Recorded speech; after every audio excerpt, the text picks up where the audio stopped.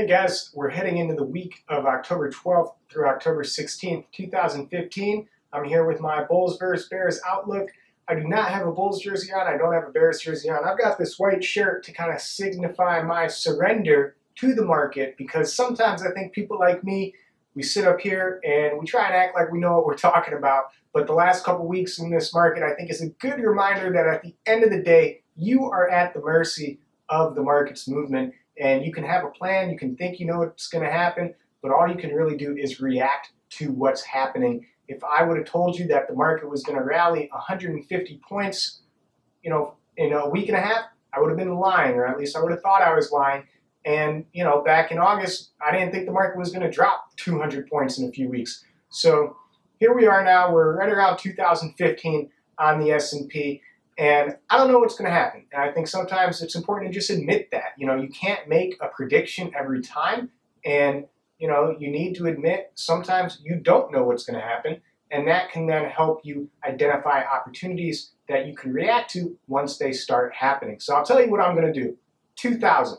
S&P 500, 2000. That's the level I'm watching. If we stay above 2000 on the S&P, I think you can go up towards 2040 to 2060. And if we did get up there, the level I would be watching would be 2058. 2058, that is last year's close on the S&P.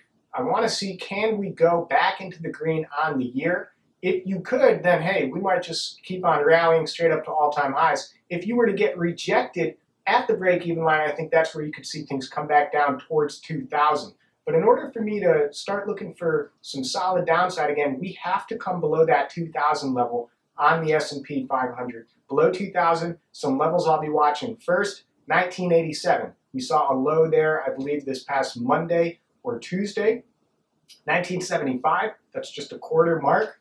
1950, psychological area. Below 1950 is where I think the bears take the reins again. If we hold 1950 on a dip, I do think you buy that dip as possibly we're setting up for a channel into the end of the year between 1950 and 2050, maybe just underneath that break-even level. Again, I'm not sure, and I don't have much of a bias here. I just kind of want to watch, wait, and see before really getting too heavy on one side or the other. So what I'm doing personally is I'm focusing on individual names and just trying to be selective. So stocks that are downtrending, something like a Tesla, which to me broke down this past week, I'm watching Tesla for a short on bounces moving forward as she appears to be committing to some downside.